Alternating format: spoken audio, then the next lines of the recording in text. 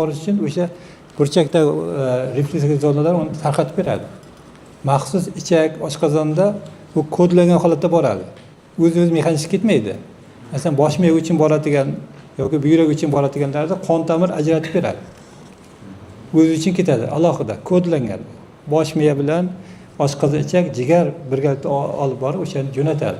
O'sha jarayon buzilgandan keyin qon tomirda, ya'ni refleksiya zonada ruhiy quvvat o'zgargandan keyin o'sha aytgan kasallar, torayishlar, stenozlar kelib chiqaveradi. Assalomu alaykum, ustoz, yaxshimisiz?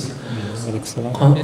Qon tomir davleni ko'tarilganda, qon bosimi ortganda bo'lib ham saharlarda ko'zning mayda tomirlari yorilish bo'ladi. Shu qayta tiklanadimi yo tiklanmaydimi? Endi organizmda shunday mukammal alatilar aytganki, bizda ilgari nerv to'qimasi tiklamaydi, boshqa a'zo tiklanardi deydi. Hozirgi oxir ma'lumotlarda nerv to'qimasi ham tiklanish xususiyatiga ega ekan. Bu ko'zdagi qon tomirlar aniq tiklanadi. Faqat to'g'ri muolaja olish kerak, qaytalatmaslik kerak, oziqani yaxshilash kerak. O'sha muolaja to'g'ri bo'lsa qaytadi. Juda uzoqlashib ketgan bo'lmasa, joyi aniq qilib, qaytmas jarayon ketmagan bo'lsa tiklanadi. Vaqtida davolansa inshaalloh. O'zingizda o'sha mukammal yoki soddalashtirilgan o'sha unsurlar, mizojlar va xiltlar haqida birorta dastur kitob bormi o'sha sizlar shu shogird sifatida foydalanish uchun? Bizning kitoblarimiz ham bor, programmalarimiz bor, hatto leksiyalarimiz ham bor. Sanjar boy biladi, o'sha bilan gaplashib, oson bilan kitoblarimiz ham bor. Mijoz to'g'risida ikkita kitobimiz chiqqan, boshqa leksiyalarimiz bor. 18 ta leksiyamiz bor, darslarimiz bor, keyin kurslarimiz ham bor. O'qiyman, marhamat. Mijoz bo'yicha juda ham zo'r yangilik bor hozir aytilgan. Juda ham yaxshi. Hattoki kitob, qo'llanmalar juda ham yaxshi ma'lumot. Profilaktika uchun yurak kasalliklari rivojlanmasligi uchun qanaqa tavsiyalar bera olasiz? Masalan, shu mizojiga ko'ra nima qilishimiz kerak? Shu kasalliklarni oldini olish uchun, masalan, yosh ko'tarida bilamiz, davleniya ko'tarilishi, qon bosimi ko'tarilishi yoki tushib ketishi tez uchraydi. Shuni oldini olish uchun nimalarga rioya qilishimiz manfaatli bo'ladi? Endi insonning yoshiga qarab mizojlarimiz bor. Buni kitobimizda ham keltirganmiz, Ibn ham aytilgan. Inson hayotini o'zining mizojiga qarab to'g'irlash kerak. Masalan, bir kishiga bir kunda 1 litr suv ichish kerak bo'lsa, ikkinchi kishiga 2 litr suv ichish kerak. Hammaga ommaviy qilib bir xil qilib tashlamas kerak. Individual holatdan kelib chiqish kerak. Masalan, bir kishi qalampir yeyishi mumkin, ikkinchisi mumkin emas. O'zining inson mizojini to'g'irlab, hayotini shunga, harakatini, ovqatini, ichimlik suvini to'g'irlab borsa, u uzoq yashaydi, kasal bo'lmaydi. O'shani to'g'irlash kerak. Bu to'g'risida axborotlarni, ma'lumotlarimiz bor, uni chiqarib o'rganish kerak va qisqacha javob berish qiyin. Asosiy javob mizojini to'g'irlab, shu bo'yicha yashashni rejimni qilib olsa yaxshi bo'ladi inshaalloh. Shunaqa bir meditsinada shunaqa bir tushuncha bor. Normal qon bosim 120 ga 80 degan bir raqamlar aytiladi. Lekin har bir inson o'ziga xos individual bir mavjudot bo'lgani uchun uni menimcha bu davleniya degan narsa bu individual bo'lish kerakmi yo shunaqa bir ma'lum bir shu sifrada aniq turish kerakmi yoki bu qanaqa to'g'ri tushunchami yo noto'g'rimi? Chunki bu Yevropa kardiologiya jamiyati shunga kelgan, masalan 120 ga 80 bo'lish kerak degan qat'iy bir tushuncha bor. Qanchalik bu to'g'ri? Yo bunga boshqa yondashuv bormi? Qanaqada diapazon bo'lish kerakmi? Har bir insonga ma'lum bir diapazon ichida har bir insonning o'zini davleniyasi bo'lish kerak, individual bo'lish kerak demoqchiman-da. Har bir insonning o'zining fiziologiyasi bor, o'zini boshqa o'zini anaqalari bor, asobiyatlari bor. Inson davrida endi boya aytgandek tanometr bo'lmagan, qon bosimi o'lchanmagan, lekin hozir zamonaviy meditsina bilan tobbatda integratsiya qilib aytganimizda bu zamonaviy meditsina ozgina qisqaroq olib bergan, torroq olib bergan. Buni kengroq olish kerak. Masalan, hozir bu aytilgan narsa 80% ga to'g'ri kelsa, 20% ga uncha to'g'ri kelmaydi. Lekin yurak bosim bo'lgandan keyin kuchli ishlaydi. Masalan, bir kunda 17 tonna qon haydasa, 22-25 tonnagacha qon haydash mumkin. Yurak zo'rib qoladi. Baribir 140-150lardan oshib ketmasa yaxshiroq. Hozir zamonaviy meditsina bilan tavbatda integratsiya qilib aytganimda o'zim xulosam shunaqa. O'sha zamonaviy meditsina demak 80% aholini tekshirib ko'rib shunga qarab xulosa bergan. Balki individual holatlar birinchi o'rinda turadi bizning ilmimiz bo'yicha. Tushunchamiz bo'yicha. Qanaqa? ya'ni masalan 80% ga to'g'ri kelsa ham 20% ga o'sha to'g'ri kelmaydi. Masalan ba'zilar 160 ni o'zini yaxshi his qiladi. 120 ga tushirib qo'ysa ham yomon his qiladi. Bularni ko'p tushirish kerak emas. Tushirsa ham yillar davomida, 3 yil, 4 yil davomida tushirish kerak. Keyin yana bitta narsani aytishim kerak. Endi hozir ko'plab vrach doktorlarimiz biz meditsinamizda ba'zi dorilar bor, masalan blokatorlar, qon bosimini tushiradigan, qon siltuvchi dorilarni biz juda ko'p ichaveryapmiz. Masalan statinlar to'g'risida aytsak, statinlar noto'g'ri ichishini hozir ham hatto fan ham isbotladi. Miyamizda yog' bor, to'g'rimi? Yog'. Buni eritaveradi. Qon tomirda yog'li belashga eritish hisobiga miyamizda yog'ni eritishga atrofiga olib keladi. Hozir ko'rsangiz ko'plarda atrofiya bor. Zehn pasayib ketyapti. Alzheimer, demensiya ko'payib ketyapti, to'g'rimi? Nima shu dorilar ta'sirida? Dorini bir umr hech qachon berish kerak emas. Masalan, zamonaviy meditsinada doim bir umr ichasin deydi, to'g'rimi? Qon siltiruvchi dori, bitta blokator, keyin ritmni pasaytiradigan, qon tomirni tozalaydigan dorilar bir umr ichish kerak emas. Bu davosi bor. Xalq tabiatda gipertoniyaning to'liq davosi bor. Shuni davolanish kerak. Birinchi yordam sifatida foydalanish kerak. Qon bosimini tushirib turish kerak. Erta mutaxassisga uchrashib davolanish kerak. Mayli 6 oy ketar, 1 yil ketar, lekin aniq davolanadi. Aytganimdek turini topib olsa bo'ldi gipertoniyani yoki xafaqonni. Mana doim 280 hatto ularni normal emas, prezentli bo'ladi. O'sha prezentlidan 120 ga masalan, kimniki 120 ga 8 soat, kimdir 170. O'sha yoshligidagi davriga, 18-20 yosh, 30 yoshga ketaylik, o'sha davrga qayta lekin bir nojo'ya nimasi bo'lmaydi, lekin tabiiy yo'l. Dorilar bilan emas. Ana shu asta-sekinlik bilan qaytarsa yaxshi bo'ladi. Masalan, bir kunda 160 ni 120 qilib tashlasak, o'zi yomon his qilib qolishi mumkin, miyada qolishi, shunaqa ishemический bo'lib qolishi mumkin. O'sha uchun vaqtlar bilan to'g'rilab borishimiz kerak. Yana bir savolimiz bor edi. Bemorlarni davolash chog'ida, umuman sog'lomlashtirish chog'ida o'sha mizojlar, unsurlarga e'tibor berayotganimizda, xiltlarga e'tibor berayotganimizda tashqi mizoj, unsurlar, xiltlarga ham e'tibor berish kerakmi? Masalan, Qoraqalpoq, Xorazm tomondagi odamlarning o'sha bemor kasal bo'lib qolgan vaqtida ularni Jizzax tomonlarga, Zomin, Baxmal taraflarga olib kelganda, ularda o'zgarish hech qanaqangi dorilar yoki giyohlar bermagan taqdirda ham shifo topib ketadi. Ikkinchisi, berilayotgan oziq-ovqatlari va berilayotgan giyohlarning mizojiga qarab ham oziq-ovqatlar mizoji, odamning mizoji, tabiatning mizoji, odamning mizoji. O'shalarni bir-biriga bog'lashtirsa yaxshiroqmi yoki bu ahamiyatsizmi? Buning ahamiyati bor. Masalan, Toshkentda bilan Surxondaryo yoki Qoraqalpoqda o'ziga yarasha klimati, o'ziga yarasha ob-havosi bor. Masalan, Termizda allergiya bo'layotgan odam Toshkentga kelsa allergiyasi yaxshi bo'lib qolishi mumkin. Yoki Toshkentda allergiyasi bor odam vodiyga borsa yaxshi bo'lib qolishi mumkin. Mizoj ham shunaqa. Ob-havo, oziq-ovqat 70% bo'lsa, 30% boshqa sabablar. Stresslar, ob-havo, klimat, tog' sharoiti o'sha ta'siri bor. O'shani e'tiborga olib davolansa, effekt yaxshiroq bo'ladi deb hisoblayman men. Shunday. Assalomu alaykum. Mana pochkasida muammosi borlar bo'ladi-ku, immunni kista. Bu pochkada bo'lgan kista davleniyani oshiradi, oxiri gemodiarezga olib boradi.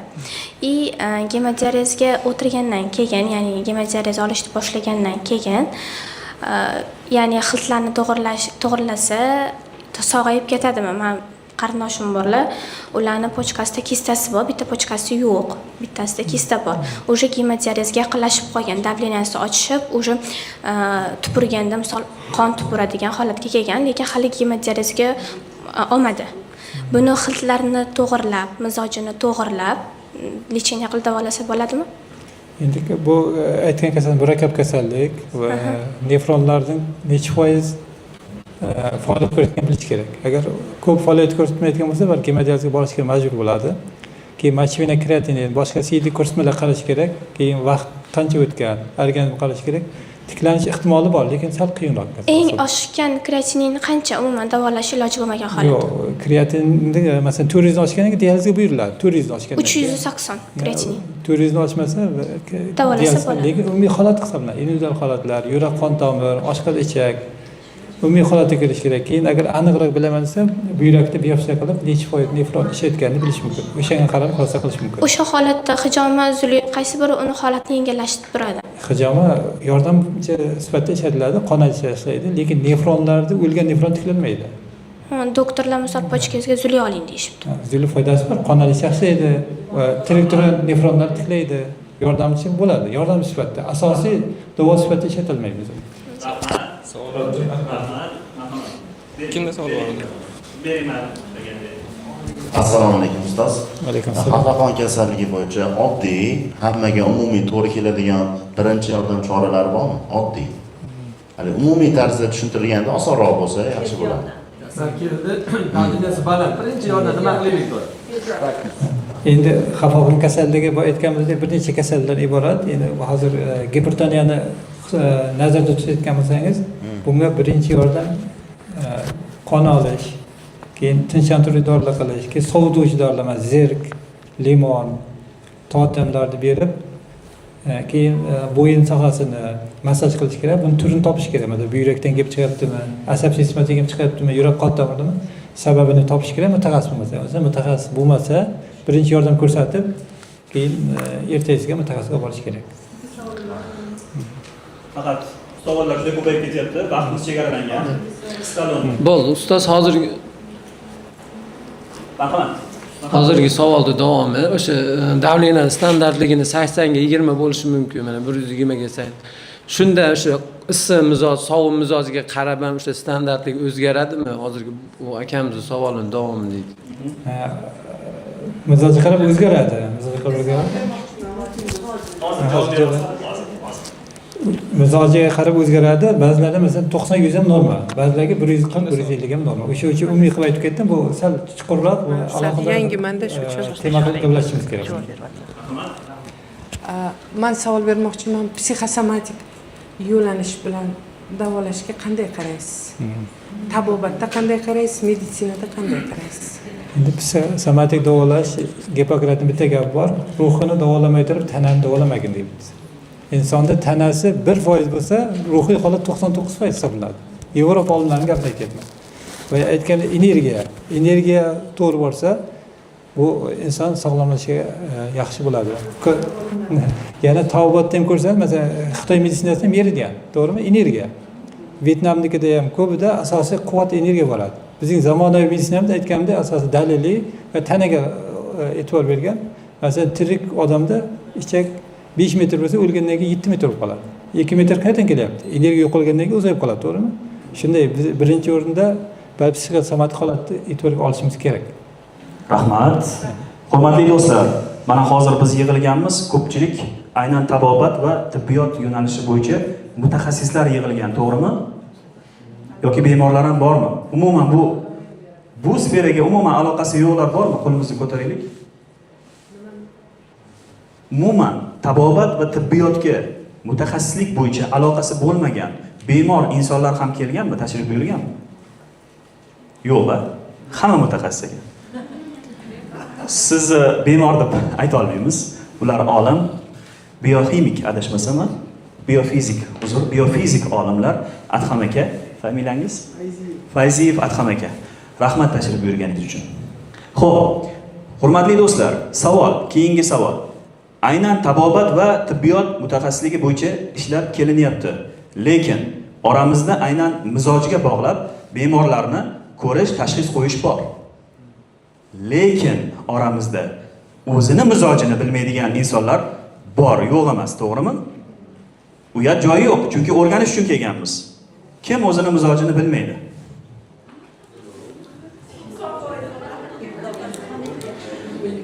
Aynan shifo klub nima uchun tashkil qilingan? Aynan mizojga bog'lab turib kasalliklarni o'rganish uchun. Juda ham ko'p ma'lumotlar bor. YouTube'da juda ham ko'p. Mana o'zimizning spikerlar ham aynan gipertonik, xafaqon kasalligi bo'yicha juda ko'p ma'ruzalar o'qishgan. Lekin shifo klubda aynan mizojga bog'lab turib kasalliklarni o'rganiladi. Va bundan keyin ham seminarlarimizda, master klasslarimizda aynan mizojga bog'lab turib o'rganilinadi. E'lon nafaqat boya aytib o'tganimizdek kitob, qo'llanmalar, ilova ham yaratildi. Mizojni aniqlaydigan va mizojingizni, hattoki temperamentingizni ham aniqlab bera oladi. Bu kashfiyotni aynan spikerimiz kashf etdilar.